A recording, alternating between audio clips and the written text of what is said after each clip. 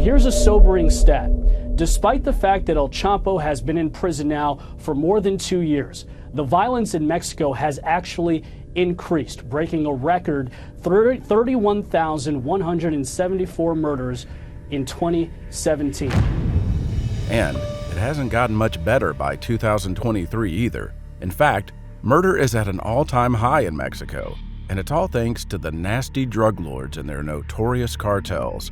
That's because, to a drug lord, anyone who stands in their way is expendable, and if someone tries to assassinate them, well, they will meet an end worse than death. Let's explore the terrible deaths of cartel enemies who tried to kill infamous drug lords. Ramon Ariano Felix. Ramon Ariano Felix was born in 1964 in Sinaloa. Ramon and El Chapo would become mortal enemies, but interestingly enough, they started out together in the mighty Guadalajara cartel, Miguel Angel Felix Gallardo, aka El Padrino. In 1989, the Guadalajara cartel crumbled into 3 tinier cartels: Tijuana, Sinaloa, and Juarez.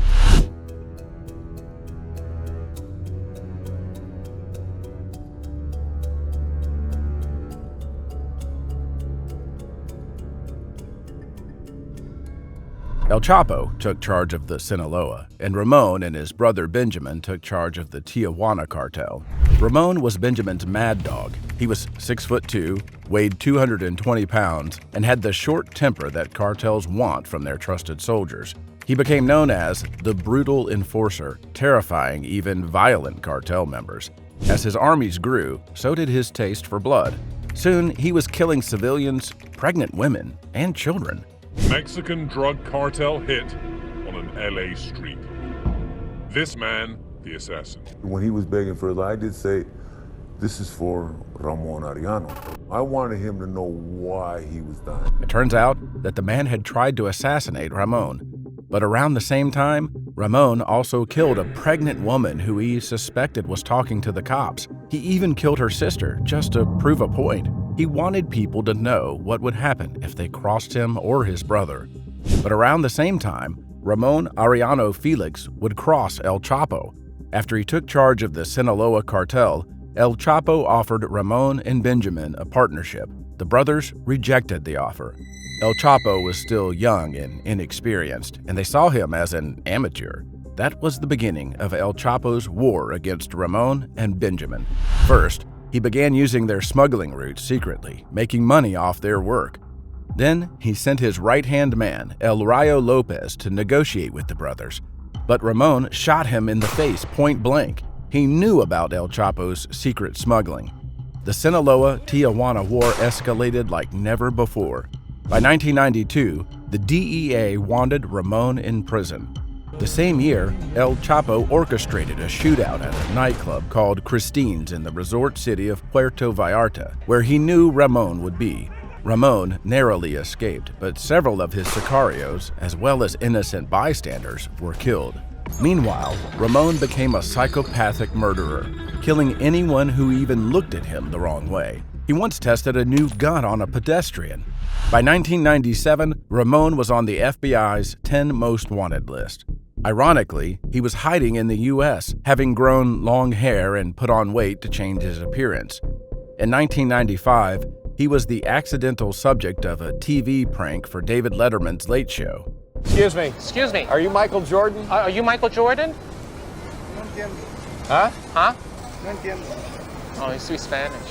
He was trying to blend into the American environment so much that he ended up attracting more attention, but no one knew they were pranking a notorious murderer. However, his life would soon come to a brutal end. On the 10th of February 2002, Ramon Ariano Felix was stopped by a police officer for a traffic light infraction in Mazatlan, Sinaloa. As soon as the officer approached his car, Ramon drew his gun and shot him twice in the chest. As he was falling to his death, the officer shot back at Ramon, hitting him right in the head. At first, it seemed like just another incident in the increasingly violent streets of Mexico. 4 weeks later, police have learned that the incident struck the single biggest blow against the world narcotics trade since the death of Pablo Escobar. One of the dead men turned out to be none other than Ramon Ariano Felix, the world's most powerful drugs baron and a leading fugitive on the FBI's most wanted list. You might wonder why it took 4 weeks for the police to identify Ramon. Well, he'd had plastic surgery, another desperate attempt at hiding his identity in his home country. He knew El Chapo would be looking for him. But El Chapo was a very powerful man.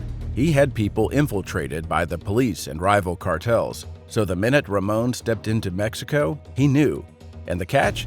The officer who fatally shot Ramon was working for none other than El Chapo. El Rey said that when El Chapo had corrupt police officials pull over the Tijuana cartel leader in front of a hotel, a shootout ensued, leaving Ramon dead. During his trial, former cartel member El Rey said El Chapo confessed to him that if anything had really given him pleasure, it was to have killed Ramon Ariano.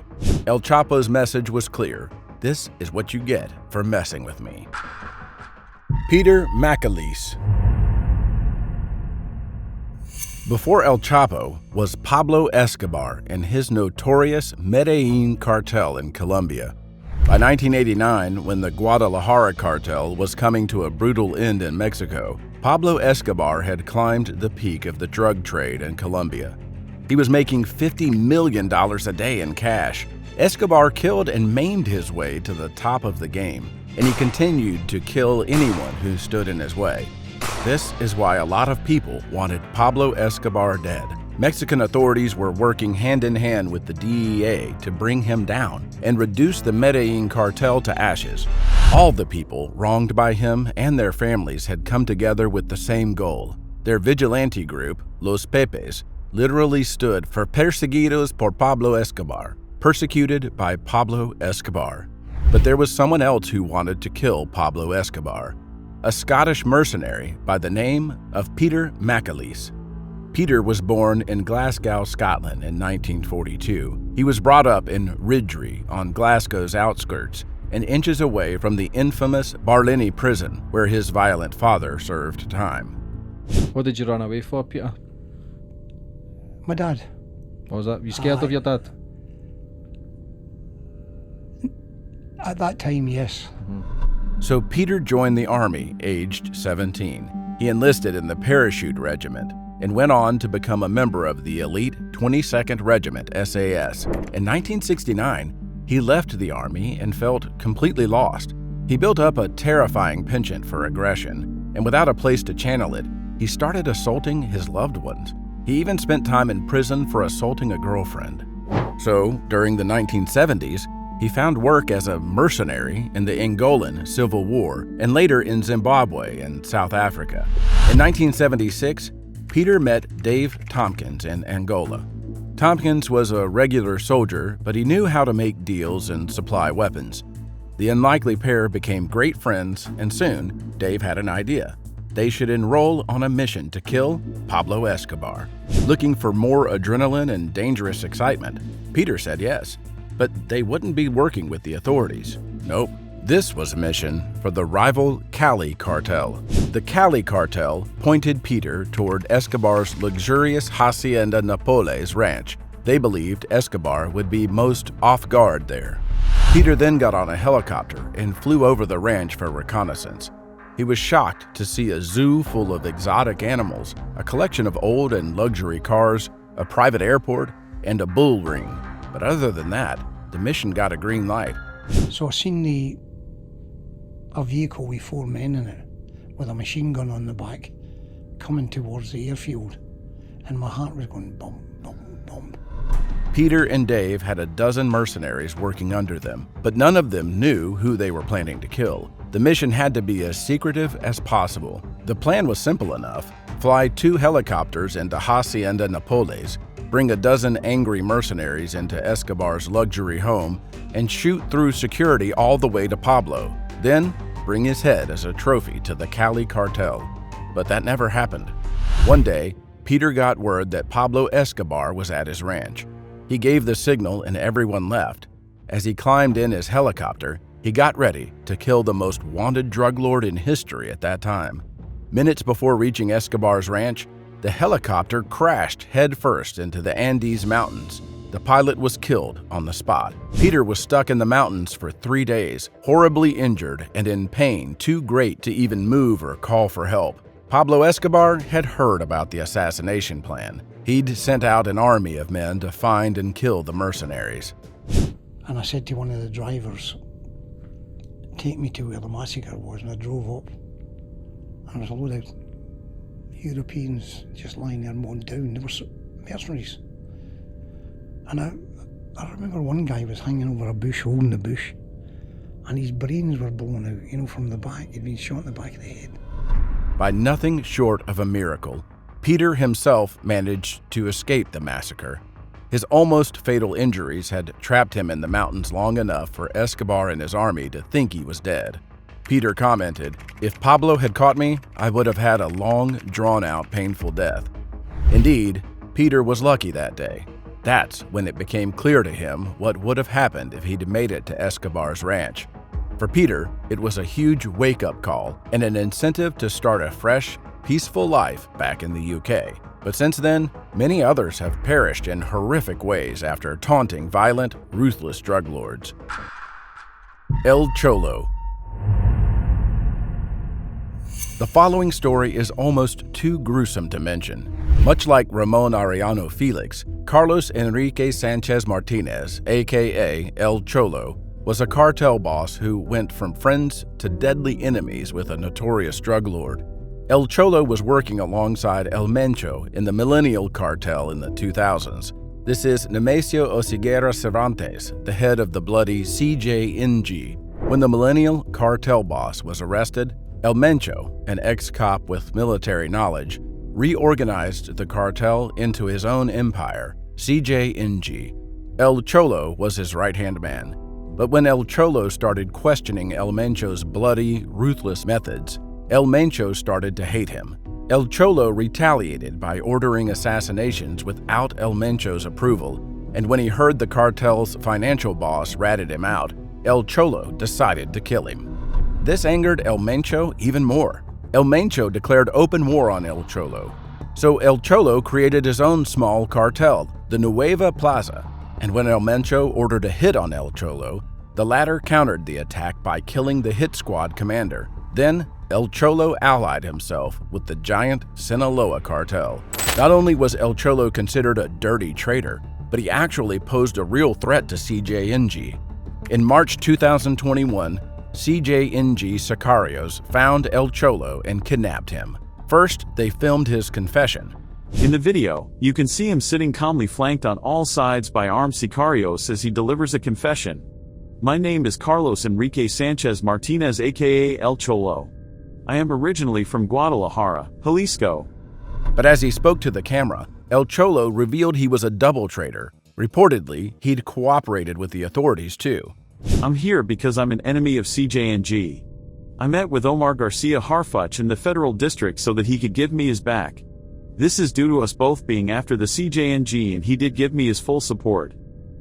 But he told me that he needed something relevant in return, so that I could operate with his support and his people among the city." Harfuch, the head of the Mexico City Police, denied such cooperation. But this didn't matter to the CJNG at the time. El Cholo was about to receive the toughest punishment a person could get. El Cholo was tortured for 2 whole days, kept alive by doctors. His legs were shattered, his ribs were broken, and his toes were cut off. He was electrocuted, his tongue was removed, and finally, his eyes were taken out. And El Mencho's psychopathic sicarios filmed everything and posted it online. To spread their main message, everyone should fear the CJNG. A few days later, El Cholo's body was found on a bench in Jardín Hidalgo, Jalisco, wrapped in plastic with 2 signs stuck in it, reading, "The Traitor, El Cholo." El Pirata de Culiacan. Here's a sad twist. You don't even have to plan an assassination for a drug lord to take your life. In 2017, Juan Luis Lagunas Rosales, known as El Pirata de Culiacan, or the Pirate of Culiacan, was the talk of the town. He was a 17-year-old YouTuber with a myriad of followers and lots of teenage fans. But you could say he was famous for all the wrong reasons. Juan had had a tough life. He never knew his father, and his mother left him in the care of her own mother. When he was 15, he dropped out of school and took to the internet. His newfound internet fame earned him invitations to loads of parties, and he soon fell into a life of excessive drinking. He would post videos on social media showing him chugging beer and bottles of whiskey, sometimes getting so drunk he would pass out. It was these videos that went viral. In the years that followed, the binging Pirate of Culiacan became a perverse YouTube sensation. At the age of 17, he had over 1 million followers on Facebook and more than 300,000 on Instagram. His social media fame started earning him spots in music videos and at promotional events. In 2017, Juan posted another video of him drunk beyond reason. This time, he made a joke. In the world of teenage YouTube consumers, this might have been funny, but in the world of drug lords with giant egos and terrifying armies, it wasn't. For those of you who hadn't heard of El Mencho, he is one of the most wanted drug lords in the world.